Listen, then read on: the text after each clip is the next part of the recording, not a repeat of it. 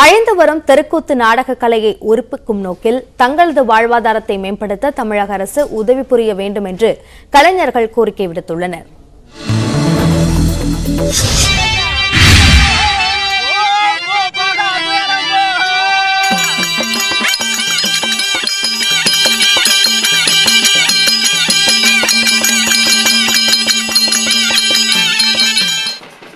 தமிழ் கூறும் நல் உலகமெங்கும் கொண்டாடப்பட்டு வந்த தெருக்கூத்து சமூக பண்பாட்டு சிதைவு காரணமாக தற்போது சில ஊர்களில் மட்டுமே காண முடிகிறது. கிராமிய கலைகளில் ஒன்றான தெருக்கூத்தில் பங்கேற்கும் கலைஞர்கள் ஒரு நாடகத்தில் பங்கேற்பதற்கு முன் விரதம் இருந்து பக்தி பரவசத்துடன் வேடமணிந்து ஆடுவதால் இக்கலை ஒரு புனிதத்தன்மை வாய்ந்ததாகவே பார்க்கப்படுகிறது.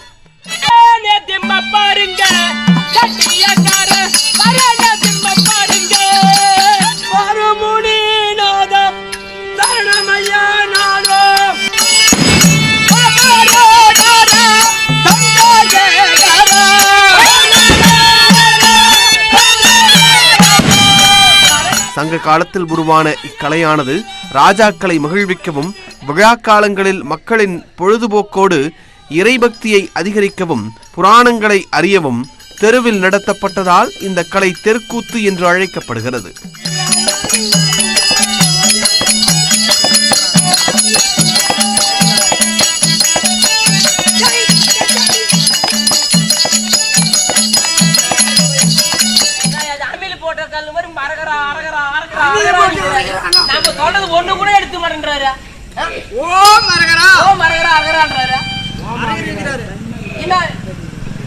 அழிவின் விளிம்பில் உள்ள இந்த கிராமிய கலையை உயிர்ப்புடன் வைத்திருக்கும் நோக்கில் திருவள்ளூர் மாவட்டம் ஆவடியை சேர்ந்த ஸ்ரீ மாரியம்மன் குழுவினர் கோவில் விழாக்களில் தெருக்கூத்து கலையை அரங்கேற்றி வருகின்றனர். தொடர்ந்து இந்த கலையை மீட்டெடுக்க போராடி வருவதாகவும் தெருக்கூத்து கலைஞர்கள் கூறுகின்றனர்.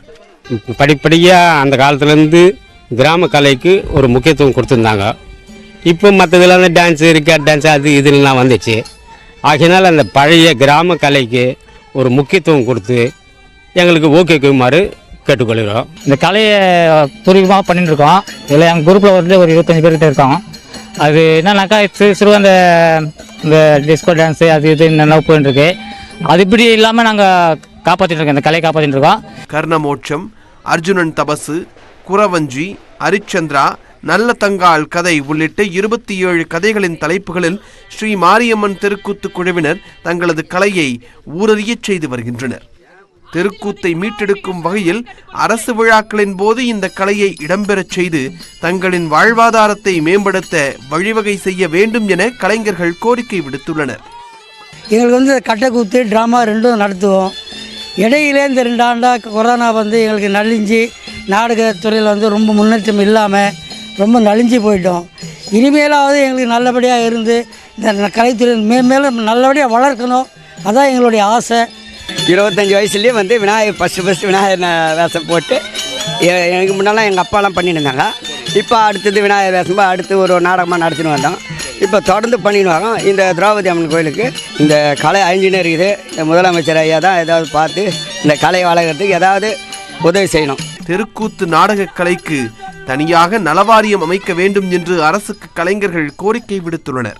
நியூஸ் 18 தமிழ்நாடு செய்திகளுக்காக அம்பத்தூரிலிருந்து செய்தியாளர் கன்னியப்பன்.